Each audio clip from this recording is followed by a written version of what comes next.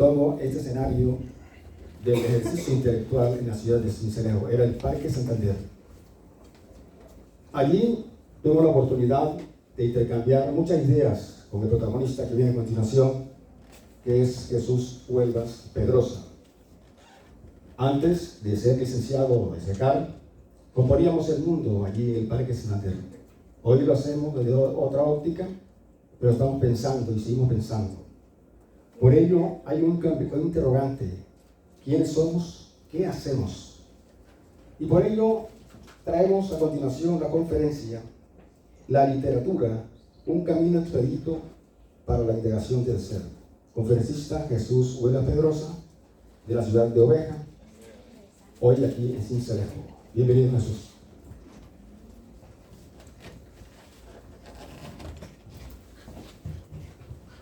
Muchas gracias, William.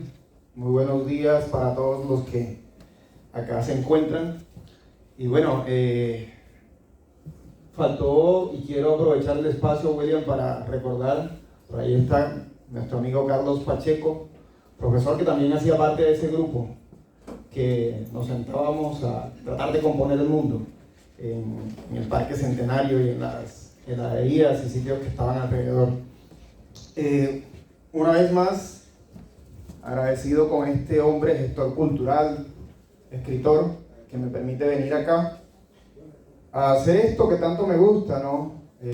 Y sobre todo a disfrutarme lo que ocurre alrededor de la charla. Ayer, por ejemplo, estuve viendo teatro ahí en la plazoleta de los Juzgados, y hoy, esta mañana acá, gracias a quien fue mi profesor también en la Universidad de SECAR, Daniel Rivera, me encuentro con un texto bellísimo, ese monólogo que agarra en un determinado momento tanta fuerza y que nos hace reflexionar sobre algo que en parte tiene mucho que ver con lo que voy a tratar en esta conferencia, como la llama William.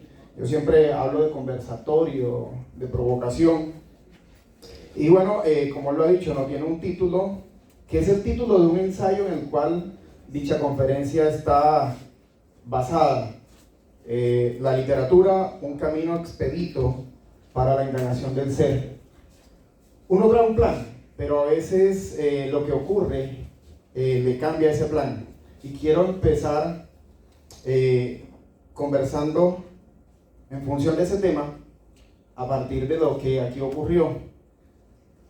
Ese monólogo de Caín, de Daniel, tanto desde el título como desde su contenido, me hizo pensar en un ejercicio intertextual con una novela de José Saramago que lleva el título Caín. Me quedaba escuchando y dije, esto va a terminar en algo maravilloso que tiene que ver precisamente con ese interrogante por la dualidad que como seres humanos somos, desde un punto de vista teológico, cuerpo, alma, desde un punto de vista filosófico, otros aspectos, pero de pronto desde lo más cotidiano, malos o buenos, vistos desde una perspectiva moral un tanto maniqueísta, ¿no? Pero que es válida. Y fundamental eso, que el teatro nos haga reflexionar sobre esa dualidad malo-bueno que somos, y que podamos hacer el ejercicio a partir de esa reflexión para que, sobre todo en el mundo contemporáneo, el equilibrio que tanto necesitamos se encuentre, y que el malo no se imponga sobre el bueno, que el demonio no mate al ángel que también llevamos dentro, si recordamos un poco a Héctor Rojas Erazo, ¿no? Me hizo pensar en eso el monólogo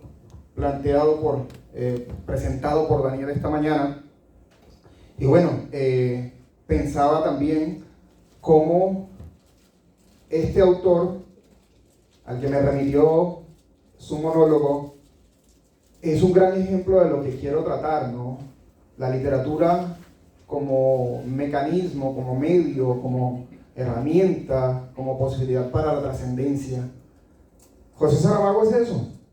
Ya no está biológicamente con nosotros hace muchos años, pero sigue viviendo en nuestras mentes, en nuestros corazones a través de sus obras.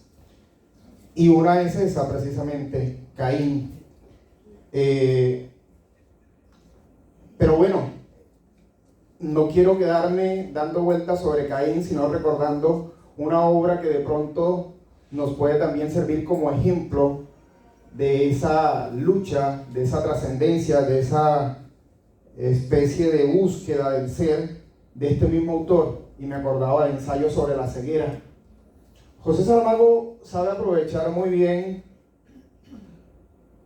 su conocimiento y su posición crítica sobre el constructo, en relación con el constructo judeocristiano, y escribe la obra Caín, y hay otra obra titulada también El Evangelio según Jesucristo.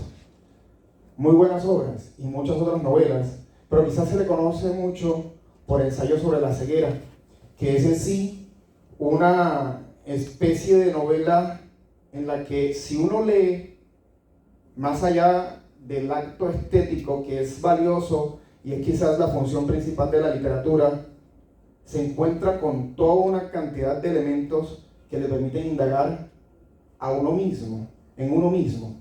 Así lo he hecho con mis estudiantes. No solamente tomar la novela desde el punto de vista del divertimento o de la recreación literaria, sino también la posibilidad de enfocar una novela, un poema, como por ejemplo los poemas de Héctor Rojas Erazo. Los estaba leyendo hace un rato, gracias a un libro que me vendió ayer Abelardo Banqués. Entonces, una obra de teatro, si uno hace ese análisis, no solamente está el disfrute estético, sino también la posibilidad de enfocar, en este caso, la obra desde lo filosófico, y sobre todo desde esa parte de la filosofía que es la ontología, que se encarga de la indagación por el ser humano. No como hombre, pues ya eso es antropológico, sino como ser trascendente. Y pues esa trascendencia o ese ser trascendente ya tiene varias líneas, ¿no? Tiene varias líneas que define muy bien, si mal no recuerdo, Jean-Paul Sartre en el tercer capítulo de la segunda parte de su libro El ser y la nada. Entonces, allí en esos elementos o esas formas de la trascendencia me baso para de pronto plantear un enfoque y analizar un poco lo que pasa en Ensayo sobre la ceguera, ¿no? Ensayo sobre la ceguera, en un primer lugar, nos remite a un autor que, como lo decía hace un rato, vence no la muerte biológica, pero sí la muerte imaginaria, la muerte ficcional, la muerte del ser por sí, y termina viviendo en su palabra. Cada uno de nosotros habrá leído alguna obra de este autor, ¿no? Sin estar entre nosotros, se instala con nosotros en este espacio por el solo hecho de nombrarlo y recordarlo a través de lo que escribe. Ensayo sobre la ceguera, la obra en sí. La obra misma como tal nos lleva a apreciar, por ejemplo, una lucha trascendente de todos los seres humanos, que es la lucha por la supervivencia. Siempre queremos ser, siempre queremos estar. Nos sabemos finitos, biológicamente hablando. Nos sabemos destinados a la nada, pero eso nos parece absurdo, y como Sísifo insistimos en seguir adelante con la piedra.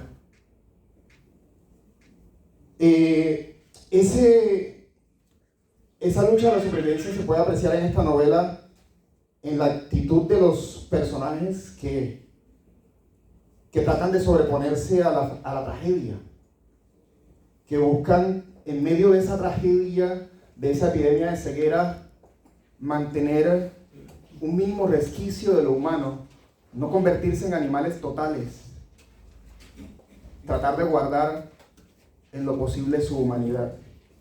Y bueno, en medio de todos ellos hay que resaltar a un personaje que es la mujer del médico, ¿no?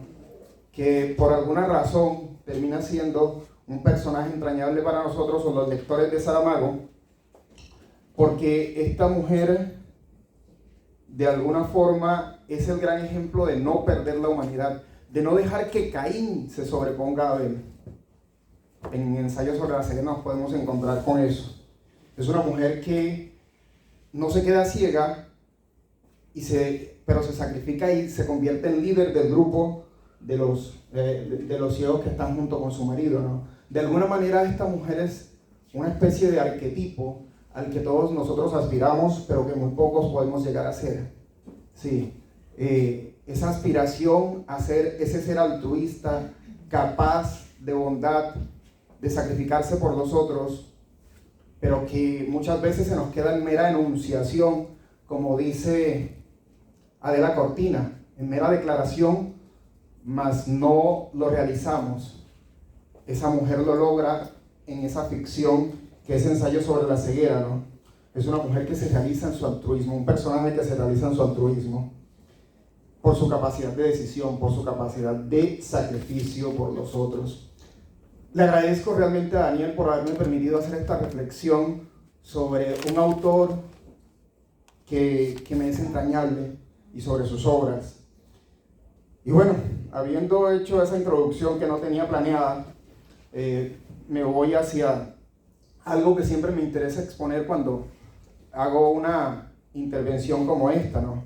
¿De dónde surge lo que postulo, lo que planteo, los antecedentes? Porque como le he dicho a William y a varios de los que están acá, cuando hemos conversado, la tal originalidad tal cual como la queremos pretender, yo personalmente no creo que exista, menos en literatura. Somos quienes escribimos, algunos no lo reconocen, pero somos deudores de todos los escritores anteriores que hemos leído, y de pronto de los que no hayamos leído también. En estos días me encontraba un poema de Luis Rogelio Noguera, poeta cubano, que precisamente recrea muy bien eso. Me hubiera gustado traerlo, pero bueno, no lo tengo acá. Les dejo el nombre, Luis Rogelio Noguera, cubano. Pero entonces, yendo a lo que les decía, los antecedentes de esto que postulo, la literatura no solo como camino estético, sino también como camino para la indagación del ser, surge de una relación ya de varios años con la filosofía, en la que he establecido una conversación bastante limitada, pues no soy filósofo, soy un lector de filosofía, que trato de hacerlo lo mejor posible. Entonces eso me da una conversación bastante limitada con algunos textos, entre ellos el mito de Sísifo, que de alguna manera lo mencioné hace un rato, de Albert Camus. Ese texto en el cual Camus habla del ser que se resiste a caer en el absurdo, y que bueno, a pesar de saberse destinado a él, lucha para que eso no suceda, aunque termina sucediendo. También, como lo decía hace un rato, el tercer capítulo de la segunda parte del Ser y la Nada de Jean-Paul Sartre, titulado La Trascendencia. Allí precisamente se dieron esas primeras ideas de cómo plantearme el análisis de los textos que leía y que leo, no solo desde las teorías críticas que me habían enseñado en la universidad y las que he aprendido después en lectura, sino también desde lo filosófico. Recuerden que Sartre no solamente hizo filosofía, hizo un texto bellísimo titulado La Náusea. Es una novela, la novela que protagoniza Antoine de Roquentin, y que precisamente es todo lo contrario a lo que planteo acá, ¿no? Antoine de Roquentin sufre esa náusea excesiva precisamente porque se dedica a estar en el mundo de los hechos y se niega la posibilidad de la trascendencia. Si no la han leído, les recomiendo leer esa novela. Es una novela muy pertinente para estos tiempos. Yo creo que en estos tiempos habría que releer nuevamente a Sartre. Hay otro texto que también a los estudiantes de literatura que están por acá, a los futuros profesores, César, les recomiendo leer. Es un texto titulado La poética de la ensoñación, de Gastón Bachelard. Es una especie de indagación estética escrita poéticamente, pero que no pierde, gana mucho en profundidad filosófica desde lo fenomenológico, estudiando esa posibilidad que somos desde los sueños, trascender a partir de la ensoñación, y activando algo que según Bachelard, tomado de su maestro Jung, dice que existen todos nosotros, un animus y un anime, una parte femenina y una parte masculina, pero que precisamente como hacemos con ese Caín y ese Abel que está en nosotros, que nos trajo Daniel en el día de hoy, no buscamos el equilibrio, sino que lo dejamos que salga como sea y no lo aprovechamos. Bachelard dice en ese libro que quien aprovecha esas dos, esa dualidad animus-anime, masculino-femenino, termina siendo poesía, termina siendo arte. Y bueno, yo no les voy a contar el libro. Ahí está el título, La poética de la ensoñación. Eso como unos antecedentes, ¿no? Y bueno, cuando uno escribe un texto también se plantea una finalidad. ¿Para qué escribo este ensayo? ¿Para que lo lean otros? Pues eso puede ser un fin último comunicativo, ¿no? Pero en un principio, yo escribo ensayos para sentar lo que indago y a partir de esa escritura permitirme revisar mi proceso literario y sobre todo mi proceso como lector, porque no todos acá de pronto son escritores, pero sí lectores, ¿no? Y creo que cuando ya uno lee a cierto nivel, también busca unas formas de mejorar esas lecturas. Entonces, ahí me planteo ese asunto de la finalidad y digo, bueno, ante todo, con este ensayo trato de calmar esa inquietud generada por la idea de que entre filosofía y literatura existe una gemelidad. Desde hace mucho tiempo yo pienso eso, que la literatura y la filosofía son dos caras de la misma moneda, pero que en algún momento se separaron y comenzaron a andar caminos distintos.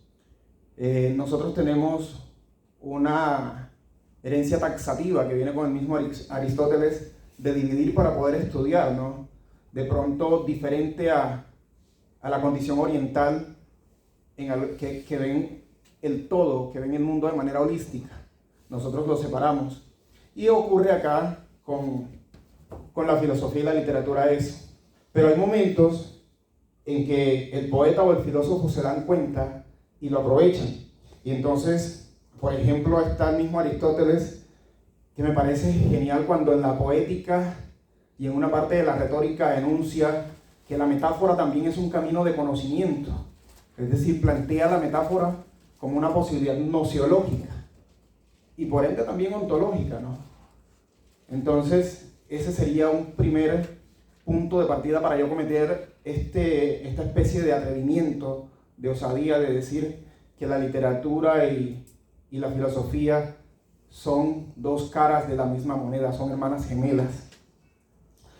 Mucho más acá, Richard Rorty, filósofo norteamericano, se atrevió a decir algo que hizo rabiar a los mismos filósofos y nos hizo reír a los literatos. Richard Rorty dice que la filosofía es otro género literario y lo sustentan varios ensayos que se pueden encontrar en las redes y se pueden leer. Está eso allí. Y ya propiamente en el campo de la poesía, de la literatura, seguramente se habrán encontrado ustedes con la poética de Roberto Juarros, el argentino, que es autor de una línea de libros que él mismo tituló Poesía Vertical, en donde intenta y logra conjuntar la reflexión filosófica con la misma poesía. Y así hay muchos otros autores. Hace un rato hablaba de Héctor Rojas Erazo, que lo estaba leyendo, y uno confirma que en la poesía de Héctor Rojas Erazo hay un elemento fundamental que apunta a la trascendentalidad del ser, y eso es filosófico, y no deja de ser poético. Sí. Y bueno, para terminar con estos antecedentes y estas finalidades, quiero remitirme a dos libros que hace mucho tiempo leí y que también me dieron luces para esto. Hay un primer libro de la filósofa, y bueno, ella intentó escribir poesía también, María Zambrano, española de principios del siglo XX. Si mal no estoy, compañera de los autores de la generación del 98 y del 27. Ese libro se titula Poesía y Filosofía. Y bueno, María Zambrano en los capítulos de ese libro se dedica más que todo a tratar de encontrar las diferencias entre filósofo y poeta, pero al hacer ese ejercicio también afirma el encuentro de los dos, de por qué el uno, a pesar de que surgen, que trabajan sobre la palabra y el pensamiento y la imaginación, el uno opta por la racionalidad y el otro por precisamente la imaginación creativa. Eso pasa en Poesía y Filosofía de María Zambrano. Y luego hay un último recuento que leí, que es una cosa mucho más académica, historicista, pero no deja de ser muy estética, que es el libro La Poesía del Pensamiento de George Steiner. Todo un recuento de esta unión entre poesía y filosofía. Entonces, fíjense, todos esos elementos, esos aspectos me han dado pie para dedicarme un tiempo a escribir un ensayo de 7 páginas sobre este tema, y que bueno, sirve como base para la conferencia en la que estoy hoy con ustedes. No quiero pasar por alto, y ahí me disculpan el egocentrismo. Borges dice que el autor no puede evitar caer en ese defecto aunque lo quiera. Me gustaría traer a colación un ejercicio anterior, escritural, de mi autoría, en el cual inconscientemente tal vez ya hacía una aproximación o una base para este tema. Es un texto que hace ya unos 3 o 4 años, quizás más, escribí sobre uno de los libros de poemas que me parece de los más configurados desde el punto de vista de contenido y desde el punto de vista del juego, la estructura metafórica con el lenguaje, y es precisamente un libro de Ricardo Vergara Chávez. Ese libro se titula Metáfora de la ausencia. Y a partir de ese libro yo hice un ejercicio de pensamiento, de reflexión, que terminó generando un escrito que se titula La metaforización de la existencia. Y en él pues hacía precisamente eso, ¿no? Ya el enfoque práctico desde lo filosófico sobre un hecho poético. La poesía de Ricardo Vergara. En ese libro, en ese texto, yo analizo y planteo que el libro, además de tener una factura estética magistral, bellísima, también nos remite a una posibilidad de análisis desde lo ontológico, sobre todo si miramos los poemas desde el punto metafísico en función de la filosofía de Heráclito. Ese ensayo está en las redes, está como en 2 o 3 blogs, y quería rememorarlo como parte de los antecedentes para esto. Como les decía, perdónenme la egolatría, ¿no? Y bueno,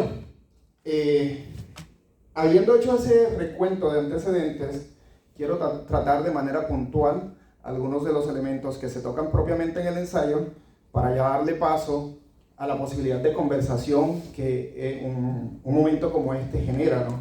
O al conversatorio que sigue. Hay un primer punto que quiero trabajar o que quiero comentar como parte de los argumentos que sustentan esa propuesta. Ese primer punto tiene que ver con que para mí la literatura como acción o camino para encontrarnos con el ser, con la trascendencia filosófica, nos permite acercarnos en primer lugar a la obra como indagación. El autor se busca y se realiza en lo que escribe. Cada uno de nosotros, cuando escribimos como autores, estamos haciendo una búsqueda en nuestro propio interior, en nuestro ser, en nuestra existencia. No escribimos de manera inocua, inánime. Hacemos ese ejercicio cuando escribimos. Es un ejercicio incluso de introspección cuando se escribe. Ese autor, a partir de ese ejercicio con la palabra, logra sobreponerse al tiempo, como decíamos en relación con Saramago hace un rato, ¿no? A la nada, al absurdo de nuestra finitud. Podríamos citar muchos ejemplos entre los clásicos: Homero, Heráclito. Todos ellos son hombres de otros tiempos que conversan con nosotros y seguirán conversando con hombres de tiempos venideros.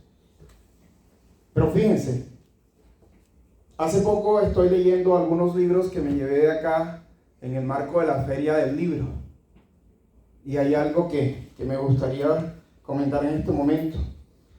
Nada menos leyendo el libro de Eder Navarro, me encuentro con un poema que me dijo: este libro vale la pena leerlo. Es el poema que le dedicas a Lewis Carroll. En ese poema Eder toma los elementos literarios que están en los relatos y sobre todo en Alicia a través del espejo, si mal no estoy, creo que esa es la huella de Eder, y recrea a un escritor de otro tiempo. El escritor, en su capacidad de trascendencia, conversa con el poeta de hoy, que lo revive en sus palabras. Te felicito por ese poema y otros que están en ese libro. Vale. Fran Rodríguez, me pasó un libro que me llamó mucho la atención.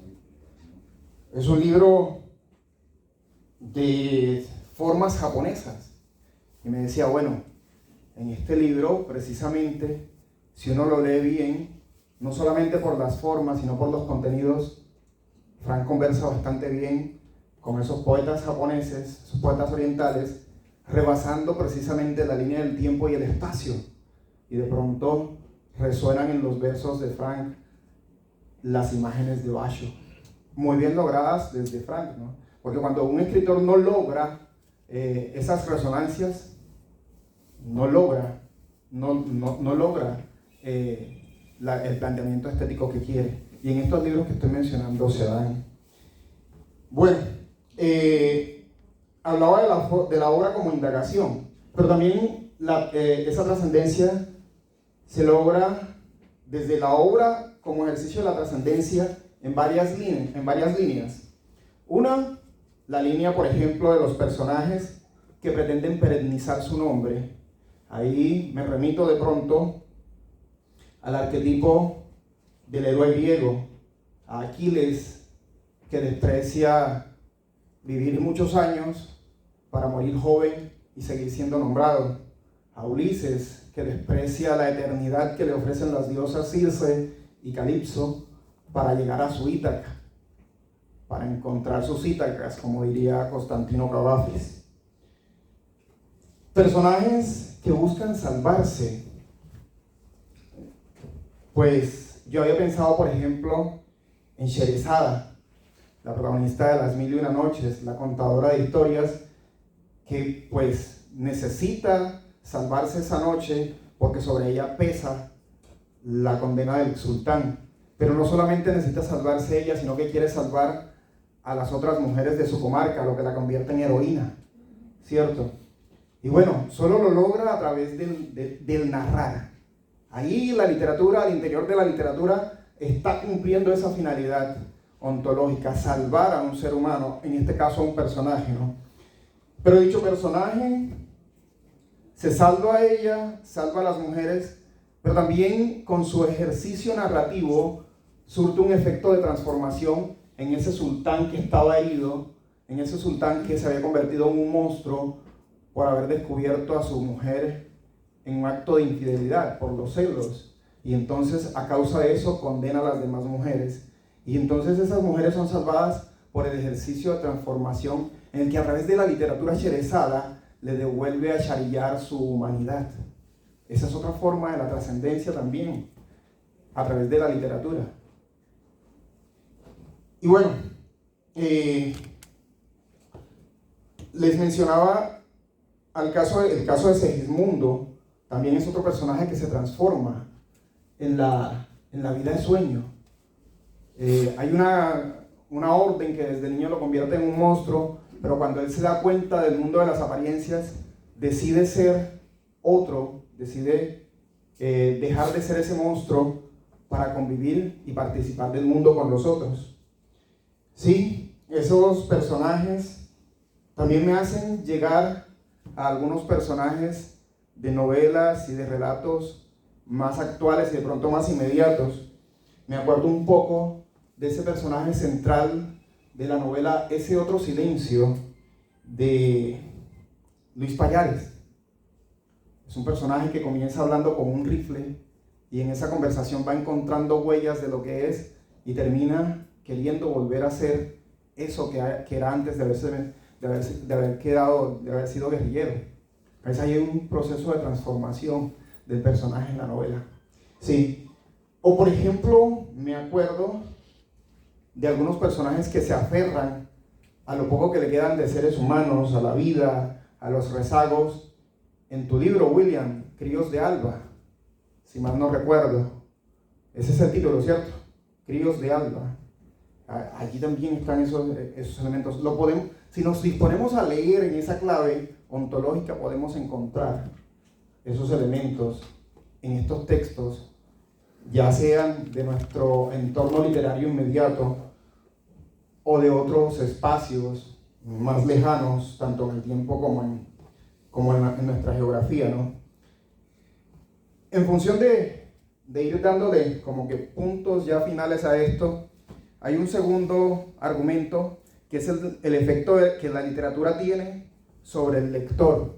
Por asuntos de tiempo no me voy a dar la posibilidad, que era lo que tenía planeado, de leer el párrafo en donde hago una digresión sobre eso en el ensayo, pero dejo allí planteado, ¿no?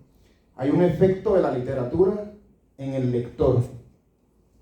Hablaba del efecto en el escritor, hablaba en el efecto de la obra y en el efecto del lector. Nos transformamos cuando leemos. No sé si sea cierto o qué, este año me voy a dar la posibilidad de releer El Quijote para empezar a buscar algunas afirmaciones que en esa obra le atribuyen a Cervantes, y una es precisamente que dice que en cualquier libro nosotros podemos encontrar una línea que trastoque nuestra existencia, y de eso pues hablo cuando digo que la literatura genera un efecto en el lector, un efecto de cambio en el lector. También depende de cómo leamos, ¿no? Recuerden que nos han vendido la idea de una lectura inocua, del mero entretenimiento, y yo estoy proponiendo otra cosa. Es una lectura que más allá del entretenimiento está mediada por una búsqueda, por un enfoque, que pueden ser varios, pero yo hablo de uno en esta mañana. Y bueno, ese tipo de lecturas me permitió hace unos días acercarme a la sutileza de la palabra de Óscar Flores Támara en su libro más reciente.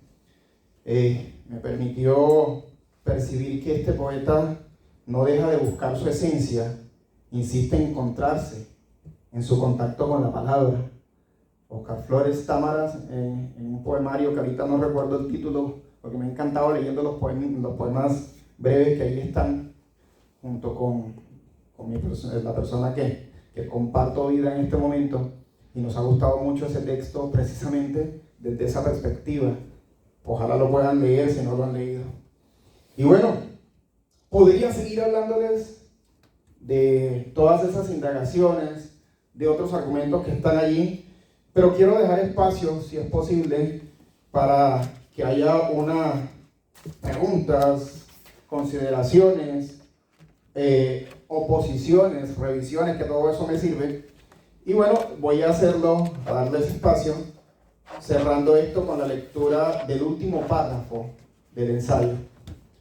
Este párrafo dice así: el peso de la piedra, que en términos simbólicos es la cotidianidad, oprime al ser humano, intentando reducirlo a un plano de inmediatez en el cual este ser despersonalizado desee renunciar a cualquier posibilidad de trascendencia. Frente al cansancio que el mundo le endilga, no le queda oportunidad para la lectura más allá de la sobredosis de felicidad acomodaticia que le son ofrecidas por los libros de superación personal o por la alienante envoltura de la mercantilista literatura ligera contenida en los bestsellers y las sagas de plataformas y supermercados. A lo sumo, sus escasas fuerzas solo le alcanzan para pulsar los botones del control remoto o para deslizar sus dedos por la pantalla táctil de la no cosa que es el teléfono celular. Ese ser humano que ha luchado en cada una de las fases de su historia para rebasar la mismidad que su medio le impone, protagonizando en algunas ocasiones acciones que han desembocado en sistemas de opresión vergonzantes, pero que en otras ha gestado actos supremamente heroicos para deshacerse de la alienación y sus grilletes. Ha tenido en la literatura uno de los principales estandartes para salir vencedora en estas luchas. En cada uno de esos momentos de la historia de la humanidad en que el ser se ha visto amenazado por las tiranías que ella misma se autoimpone, en medio de sus obscuridades que siempre acechan a lo humano, como si solo se quisiera condenarlo a las sombras de la caverna platónica, siempre resurge una luz de esa tan necesaria búsqueda ontológica, y la literatura ha sido dadora de recursos y métodos para que dicha iluminación ocurra, permitiendo que nos acerquemos a esa posibilidad de ser por medio de sus múltiples manifestaciones. La sola aspiración ontológica de quienes hacen o leen literatura ya es una salvaguarda de la realización del ser, pues ella constituye un remanso para que, así sea por ratos, podamos librarnos de las cargas consuetudinarias, de los pesos avasallantes que experimentamos en la cotidianidad, para que, al igual que Sísifo, descansemos, dándonos la posibilidad de pensar, de imaginar, de fabular y de ser, mientras dejamos rodar cuesta abajo nuestra pesada piedra. Muchas gracias.